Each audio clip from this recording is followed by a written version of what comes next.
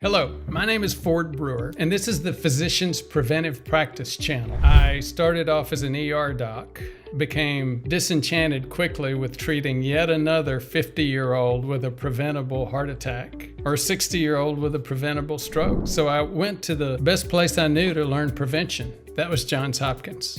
I loved it. I did well there and ended up running the program in prevention.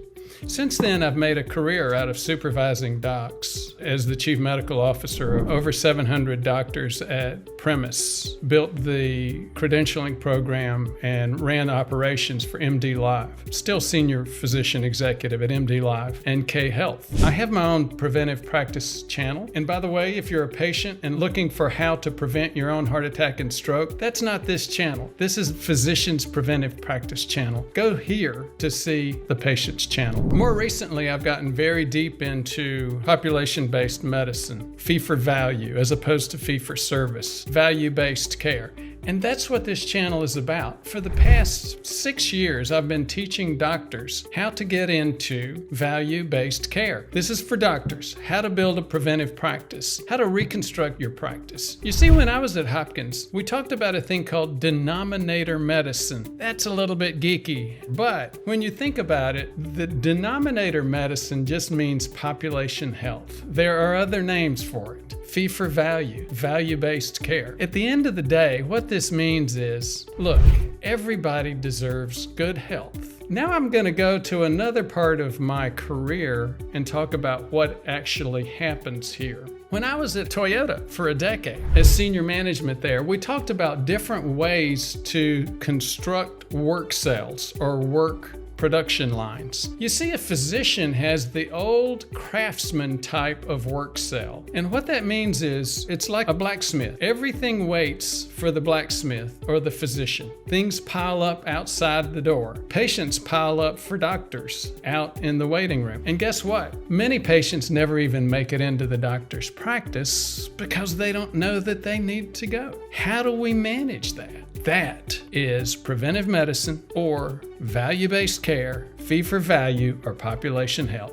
Again, it's figuring out how to reach everybody in your practice and help them recognize disease when it's just a metabolic aberration, just a metabolic challenge. Recognize that and prevent it from getting into full-blown disease. Again, on the clinical side, you can go over to the other channel. We go way deep into recognizing diseases when they're just metabolic problems. This channel is full of technical how-tos. We'll talk about HEDIS, CAPS, HOS, risk assessment. Risk assessment gets very technical. Here's the thing. Look at primary care here in the U.S. today. Over half of it's owned by hospitals. And hospitals say, well, we do fee for value. Well, they say that, but if you go to a recent JAMA article, January of 2022, and we'll cover this in one of our videos, we'll go into detail on it. Researchers from Harvard and other places looked at the compensation programs that hospitals do for doctors. They say they do fee for value, value-based care, prevention, but they don't. 90% of it is just strict volume-based care. They call it RVU, resource-based value units. In other words, how many prescriptions did you write? How many referrals did you do to a cardiologist who in turn is going to do stress tests, which don't impact the health of that patient, but they do impact the health of that hospital's financial bottom line in a very real sense and in multiple ways. Preventive medicine programs actually decrease and threaten the financial health of our nation's hospitals. Now that sounds terrible until you realize that hospitals are currently financed in a very bad way. Hospitals and finance are like patients on a cocaine addiction. They are addicted to dollars and they're doing very destructive things to doctors and patients in order to get those dollars. And again, this is not me talking about this. This is research-based. So for example, I talked to a doctor just yesterday. He said,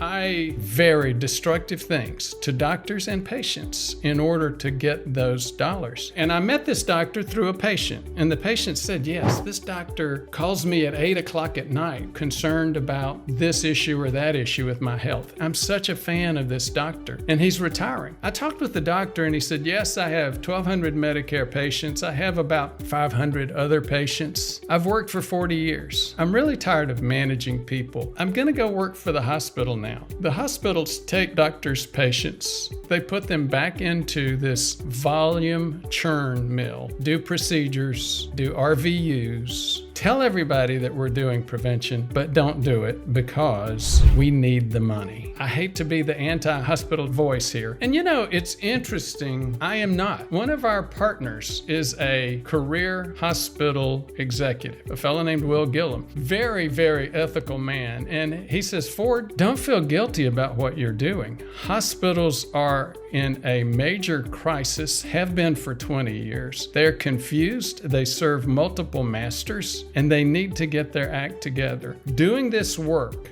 getting preventive illnesses out of the hospital care mode is actually doing a favor for the hospital. It's like taking that cocaine away from the addict. You know that doctor that had 1,200 Medicare patients? Those 1,200 Medicare patients have real value. They are more valuable financially to that doctor than his retirement account, but he's giving it away for free to the hospital. Your patients deserve better than to be put back into a mill that's going to do more devices to them, do more care, do more procedures just to make more money. And guess what? Your patients aren't the only ones that deserve better. So do you. So check in on this channel and you can learn how to do what you need to do. I have taken not dozens, hundreds of doctors into the promised land. And it's the promised land from 3 perspectives. The first one is your lifestyle's better. The second one is you are able to do for patients what you train to do. Help them prevent their disease, lose the weight, reverse their diabetes, take away their risk for heart attack and stroke. Again, do the things that you learned how to do, improve your lifestyle, and thirdly, improve your financial health. So come take a look with us. We'll cover a lot of things. Some of it will get fairly technical because you got to do it. Thank you so much, and I look forward to seeing you on the inside.